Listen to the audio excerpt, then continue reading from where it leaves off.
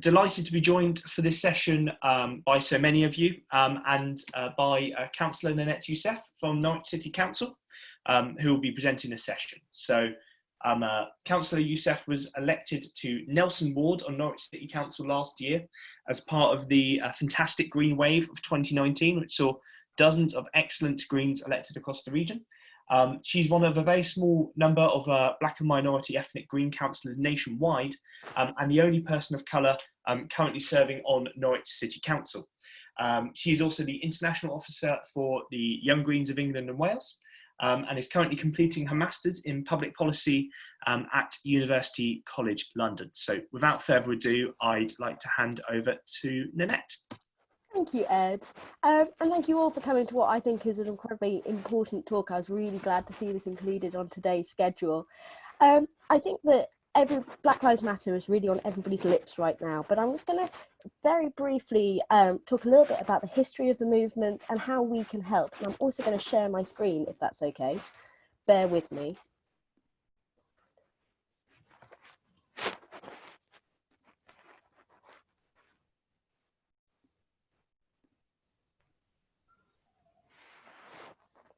Excellent, fantastic. Let me just go back to the beginning. So in today's session, I'm just going to very briefly go over what the Black Lives Matter movement is. It's obviously a huge topic, so it's going to be quite a simplified version of what the movement is, its history, its goals, and what it's hoping to achieve out of all these protests that we've seen across the world. I'm going to briefly talk about what's catalyzed the Black Lives Matter movement in 2020, because obviously it's been an incredibly active year for protests and the movement. And then I'm going to talk briefly, going forwards, what we can do to help, especially here in the Eastern region. So Black Lives Matter was founded in the United States in 2013 in response to the death of Trayvon Martin and the subsequent acquittal of his killer, the policeman George Zimmerman. It's now become a global organisation with bases around the UK, the US, Canada, to name a few. Its mission is to eradicate the white supremacy and to build local power within Black communities to help them sort of fight police brutality and other sort of state-sponsored racism. It's quite intersectional in its reach.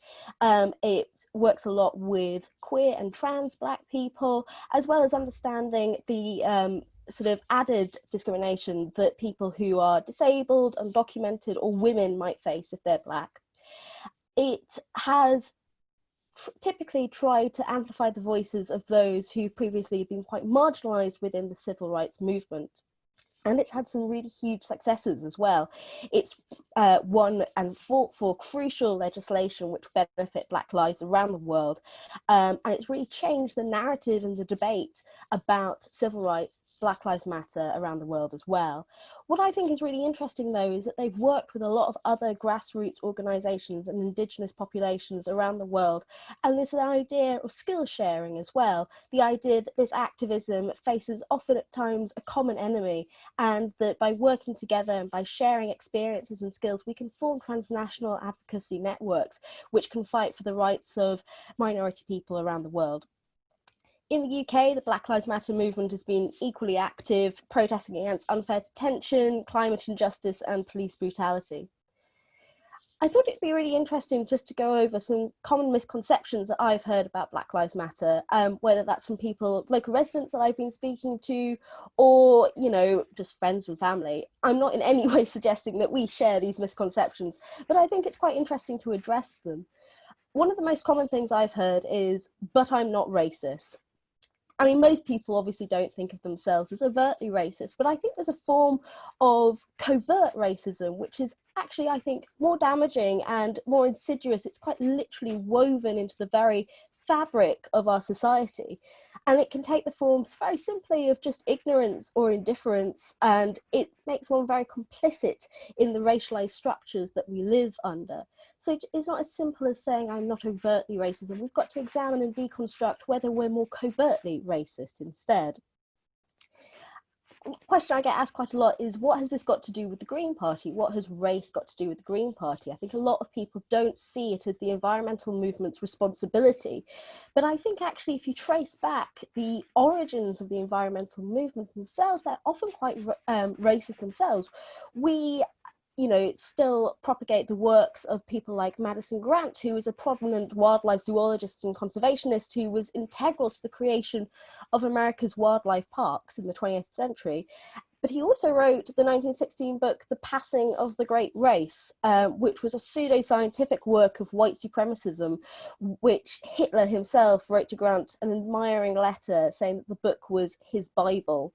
And today, whilst Grant's sort of quite heinous ideas about race and eugenics obviously are not propagated by the majority of people in the Green Party, I think some of those views still very subtly remain, such as when we talk about the discourse surrounding overpopulation. The overpopulation argument, in my opinion, places the blame for climate change very much on the very people who've actually been the most disenfranchised by the same systems that have created climate change in the first place. And it relies on this really oversimplified logic that the reason we're facing a crisis on this scale is because Black and brown people are just having too many babies, which in itself is a very, very racist, simplistic terminology. And it's fueled, I believe, by the relics of Grant's eugenic style thinking. Moving on to the third point, I'm not powerful enough to do anything. I think that alone, potentially, we are not powerful enough to do anything, but together we can really be heard. And I think it's really important to remember that this is a movement that's aiming to encompass a wide number of people. Individual action obviously has its place, but we're louder if we work together. Doesn't Black Lives Matter take away from other persecuted races? I think this is a really interesting point, but I think that if we look truly at the origins of the Black Lives Matter movement, it's not to dampen the voices of other movements around the world, but instead to raise the voices of Black people.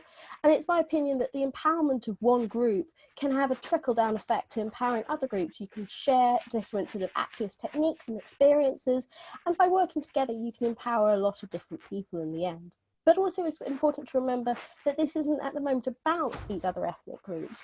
And that should, whilst that should ideally be talked about as well, at the moment it's focused solely on the fact that Black Lives Matter. When we get onto the topic of things like reparations and things like that, I often hear people ask, why should I pay for something that my ancestors have done?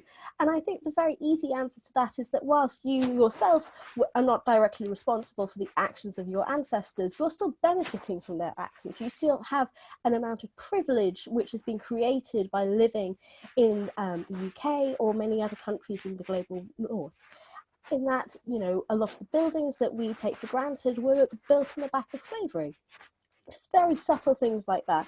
And so I don't think anybody is asking us to dig directly into our pockets to fund these reparations, but we're talking about allowing the people and the companies that exploited these nations to really have a good think about how they can really bring some of that wealth back to the countries they stripped it from.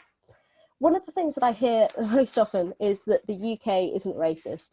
I mean, I think that obviously the racism that we experience in the UK is quite different to the racism that we experience in the US, but the UK still is very, very systematically and structurally racist. I just have to name a couple of the people who have been killed at the hands of the police in the last couple of years, and they're names that really fall off the tip of your tongue, like Julian Cole, Nuno Costado, Sarah Reid. All these people were Black people who died at the hands of police brutality, and they've yet to really see justice. And while that is still happening, it's my belief that the UK is still complicit in this form of racist violence.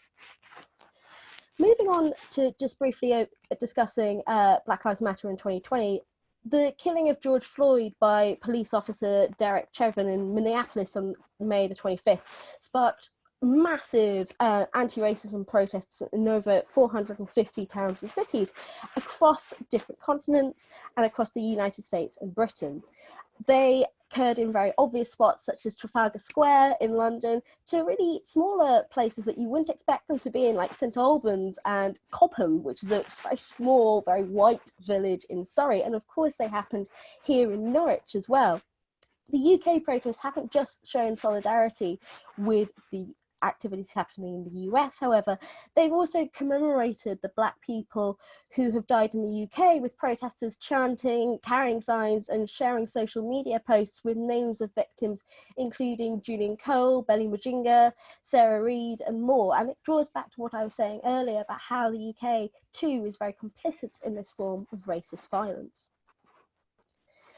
I'm really, really lucky though, because obviously I'm mixed race myself, but I'm not Black, and my experiences therefore are not the same as someone who is. So I'm really, really grateful to be joined at this stage by Josh Cole-Hossain, who's a Black Lives Matter activist from Norwich, who's just going to tell us a little bit about the origins of the movement in the east of England and what we can do to help. Hopefully his Zoom is working correctly. Josh, are you there? Yeah, hi guys. Yeah, thanks for having me, Nannette. So I can't exactly speak for the whole of East of England. As Nannette said, I'm from Norwich, and I work with the Norwich BLM movement, and I'm in contact with some other groups in Norfolk. But yeah, I mean, as Nannette was saying, like these movements in the UK were kind of sparked in solidarity with the movements in the US, but also as a recognition that kind of Black Lives Matter, or Black Lives need to be shown to matter in the UK as well, and particularly in Norwich and in Norfolk. Originally it was kind of planned by this girl Trisha, who was part of the UEA Womenist Society. So UEA being the University of East Anglia, and so the Womenist Society is kind of a kind of feminist society, but based on black women and Black femininity, and kind of raising Black female voices. And she contacted me and a few others. So I'm part of the UEA Marxist Society, and we got involved in a few other kind of local activists, kind of getting on board to help organise a demo. It was quite difficult because none of us actually had any experience organising a demo in the first place. But given the important nature, we felt it was necessary to put one on, made especially difficult for obvious reasons, as we're in the middle of a global pandemic, with strict social distancing guidelines, and the need for PPE. So in the end we decided to try and do like a socially distanced and peaceful protest, which kind of meant one area in Eaton Park in Norwich. I'm not sure how many people know Norwich, but one area in Eaton Park where kind of we had a sound system set up, and speakers were able to speak from there, and then another area in the forum or in the city centre. So you can listen to the speakers, and then we obviously live streamed it on Facebook and Instagram, and on our website. Unfortunately, the weather meant that the quality of the live stream wasn't great. But we had about I think 200 to 300 people at Eaton Park, about 600 people at the forum and in the city centre, and roughly 1,500 people kind of tuning in on the live stream throughout the day. And so, personally, I've been in Norwich for, I think, 5 or 6 years now, and been kind of politically active that whole time. And this is kind of one of the biggest demonstrations I've seen in my time here. I think, the only bigger ones were the youth climate strikes. Again, a very noble cause and a very important cause. But this really goes to show, I guess, the feeling of anger amongst kind of all sections of the population at the treatment of Black people in so-called progressive countries like the US and the UK. I'll go into kind of why what makes kind of the east of England, but Norfolk in particular, quite a unique place to organise a Black Lives Matter demo. And I think,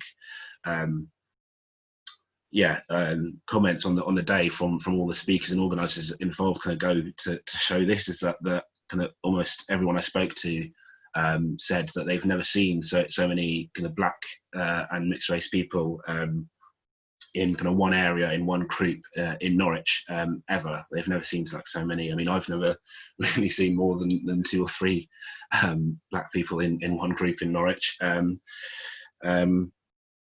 But yeah, so the fact that they had such a good turnout and we had so much support kind of really helped have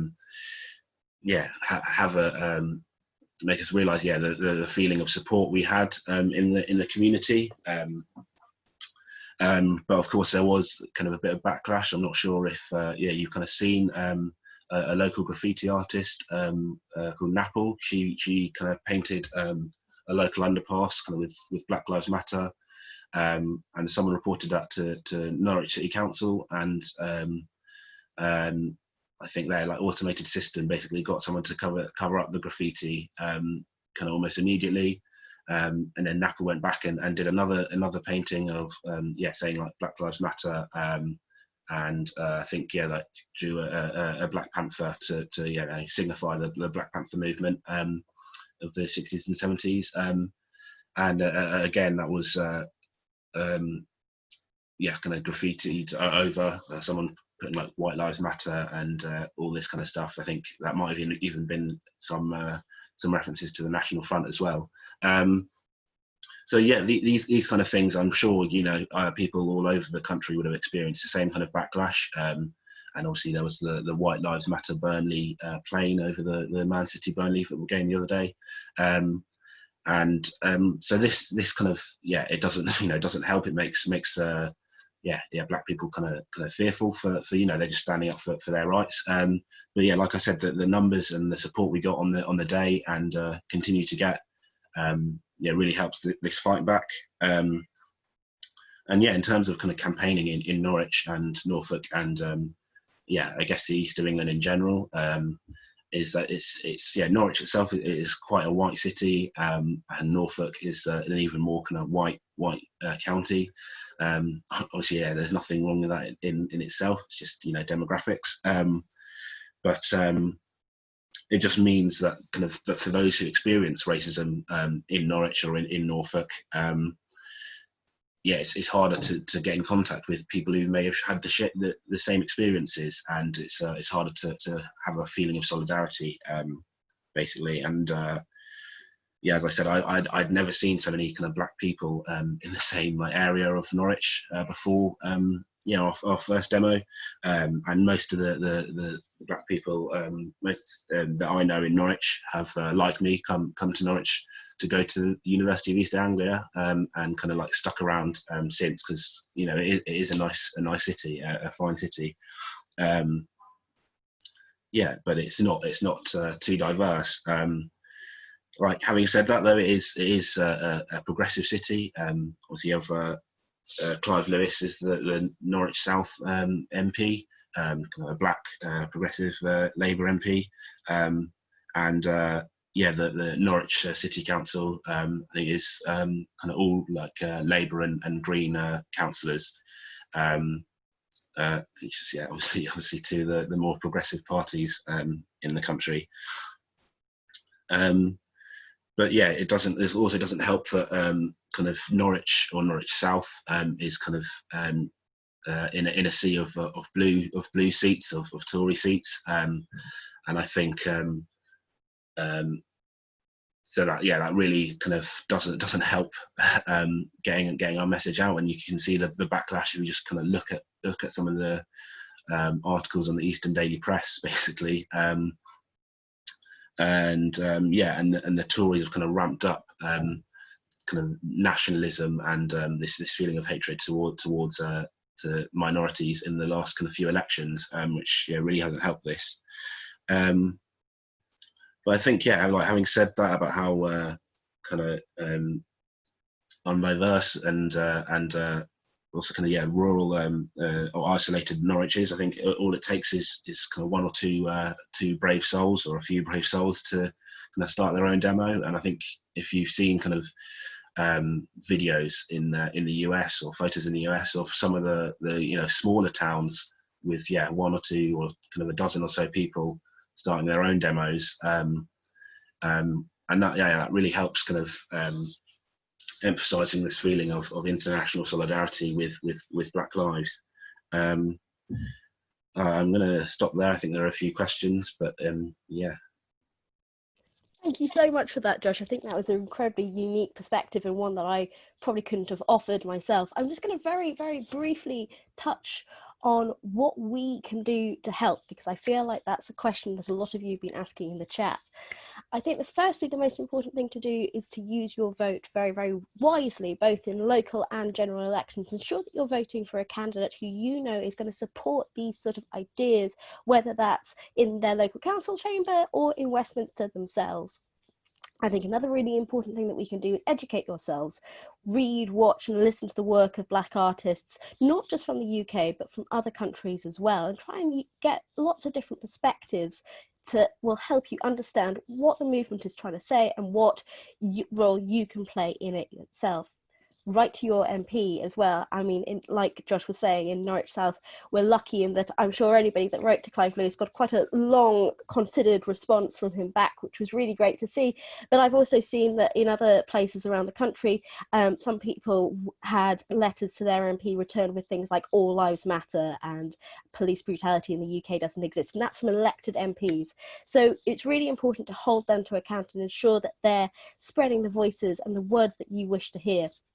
Also, donate to some of these movements. If you head to the Black Lives Matter UK website, they have a long list of places that they'd love you to donate just a little bit of money to. And that small amount of money can do a huge amount of good. It is helping grassroots charities. And I think that's a really good way in which a lot of us can really make a difference. Thank you so much for coming. I can see from the chat that there's a number of questions, so do feel free to fire them my way. Okay, thank you so much, Nannette and Josh. I'm absolutely delighted that you took the chance to speak to us today, and I think it's been a really valuable session, a really valuable listening exercise for myself and many other people here. But also a good opportunity for people to, I think a really good opportunity for people to ask questions, and I'm glad that those questions are flying in. We're not going to be able to take them all, unfortunately, so please accept my apologies. We're saving them all from the chat, and we'll pose what we can to Nannette and Josh following the session and see if we can get a response to you.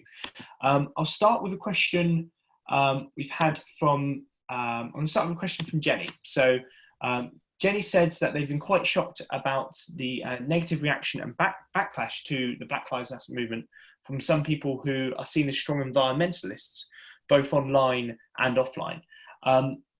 Do you think that there's anything more that can be done to help tie together the Black Lives Matter movement and climate justice issues?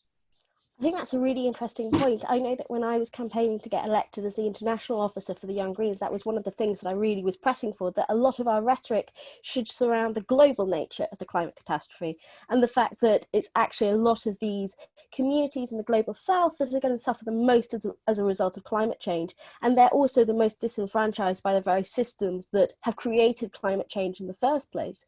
So I think we really need to look at the narrative that we use when we're discussing climate change to see it not just as something that's going to happen in the future to a couple of sort of foreign countries, but is happening right now in a lot of countries, and we can see the effect that it's having, and it's destroying livelihoods. We need to be talking about it in a really present global sense, and I think that just takes a shift in narrative, really. Thank you very much. For this question, it'll be interesting answers from both of you, Nannette and Josh. So this question's from Amit. In both of your opinions, how do you think it's best to advocate for Black Lives Matter when speaking to those who hold covertly racist biases without pushing them away and making them feel defensive, but also not being so soft as to ignore the issue? I think it's a really tricky one, and I'll let Josh talk a little bit about this themselves, because I've had quite a lot of these discussions with people recently. But I think it's, if you can, and I find this very difficult, it's important not to become too angry about the issue. I really struggle to do that because I feel obviously incredibly passionate about it, and I also tend to take it very personally, which I don't think is inherently a bad thing, but I do think often alienates people as well. I think it's a way of helping people understand that they can actually be a really positive force for change, but also helping them understand that it's not, how to put this, there's a reason why they hold some of these views, and that's not correct, and that they can help themselves to change it, but without placing too much of a sort of unimaginable burden on them to feel like they must single-handedly sort of change everything themselves, but rather show what small steps that they can take to help. Josh, I'll let you, I'm sure you can give a much better answer to that than I did. Yeah, first of all, thanks for all those questions. I was trying to look, and there are a lot of good questions.